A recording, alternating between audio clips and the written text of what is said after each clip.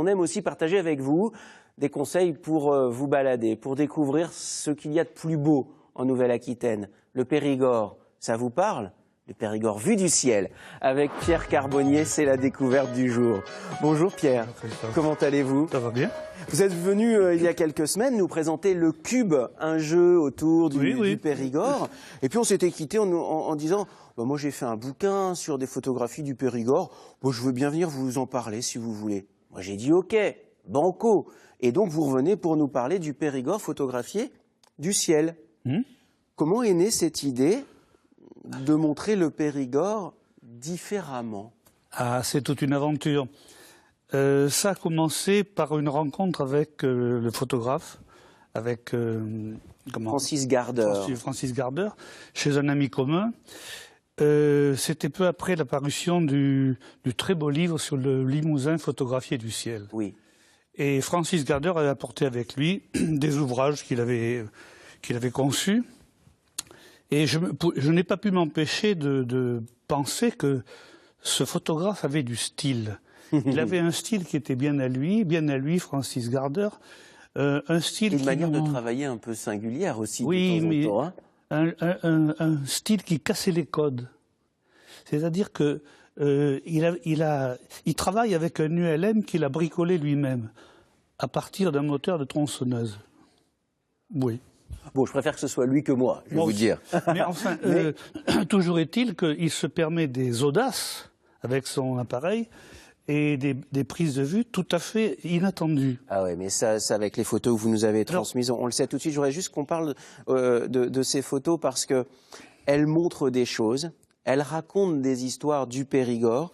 Quand je dis du Périgord, Pierre, je devrais dire les Périgord, absolument, oui. D'ailleurs, à la fin du livre, il y a une carte qui montre les Périgord. Parce que ce département, la Dordogne, qu'on appelle maintenant, qu'on a tendance à appeler le Périgord, c'est l'ancienne vicomté du Périgord. À la Révolution, c'est devenu la Dordogne par l'adjonction d'une petite partie de l'Angoumois et d'un petit bout de la Corrèze à l'ouest du Zerche. Il y a 4 Périgord. Il y a 4 Périgord. Il y a 4 Périgord. Vous avez sont vraiment tous différents Périgord, oui. Ils sont vraiment tous différents. Très différents. Ah oui. Très différents, mais avec une idée centrale qui est la même. C'est-à-dire que chaque Périgord est un lieu où se fusionnent toute une série d'anthropologies culturelles. C'est très intéressant. Alors, vous avez par exemple Château de Montbazillac, vous voulez? Là, bah oui, il fallait bien que je vous fasse plaisir. Oui, bien sûr. Alors, voilà le château de Montbazillac. Le château de Montbazillac, c'est une merveille de réussite architecturale parce que ça allie à la fois la partie médiévale avec ses douves sèches, ses murs crénelés, et puis aussi le côté Renaissance. Et curieusement, c'est un petit château, mais grand parce qu'il contient. Alors, ce qui est grand aussi, ce sont toutes les petites histoires que recèle ce livre. Chaque photo est liée à des souvenirs, à des rencontres littéraires que vous avez eues avec le Périgord. Pas forcément que des souvenirs joyeux. Par exemple, il y a certains lieux qui sont photographiés vus du ciel. Et quand vous les avez découverts, vous avez d'abord découvert un Périgord autrement.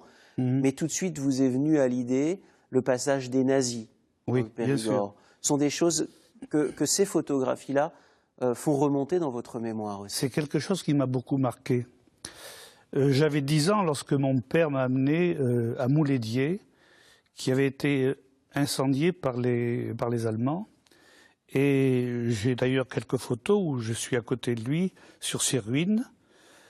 Et le Périgord a toujours été pour moi un endroit où se sont accumulées les souffrances, les joies, et on fait au fond l'âme du Périgord.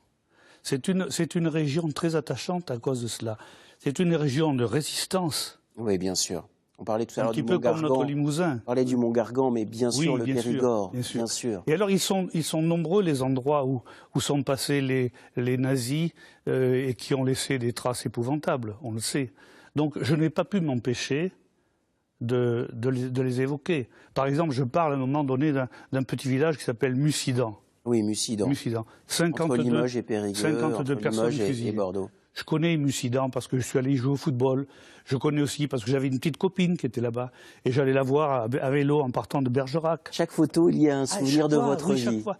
Et bien sûr, mais chaque fois que j'allais à Mussidan, je disais, ici, 52 personnes ont perdu la vie. Vous voyez ? Et partout, on a cela. Ce qui fait que cette vie du Périgord, elle est profonde. Ce n'est pas simplement un endroit où on passe pour se faire plaisir. On peut se faire plaisir dans le Périgord. Et on a maintes occasions de ça. Dès qu'on touche une pierre, elle raconte une histoire. Mais chaque pierre raconte une histoire.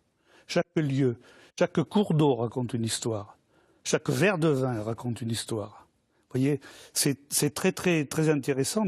On tombe amoureux du Périgord parce que, d'une certaine façon, notre âme fusionne avec ces terres. Vous comprenez ? Je comprends tout à fait. Ça me parle ce que vous dites. Oui. Alors, ça me parle. Alors tout ça, c'est à retrouver dans le Périgord photographié du ciel, Pierre Carbonnier, avec ses photographies signées Francis Gardeur. Ce livre-là raconte, bien sûr, les Périgord, les 4 Périgord rassemblés en un, le Périgord. Il raconte aussi les souvenirs d'une vie, celle d'un homme, Pierre Carbonnier. Il vous l'a dit, des joies, des peines, des petites amies et parfois des souvenirs de foot. C'est tout ça, ce livre-là. Et en plus, vous allez découvrir un Périgord comme vous ne l'avez jamais vu. C'est le Périgord photographié du ciel. C'est chez Geste Éditions. Merci beaucoup, Pierre, d'avoir fait le déplacement une nouvelle fois sur le plateau de 9h50 le matin.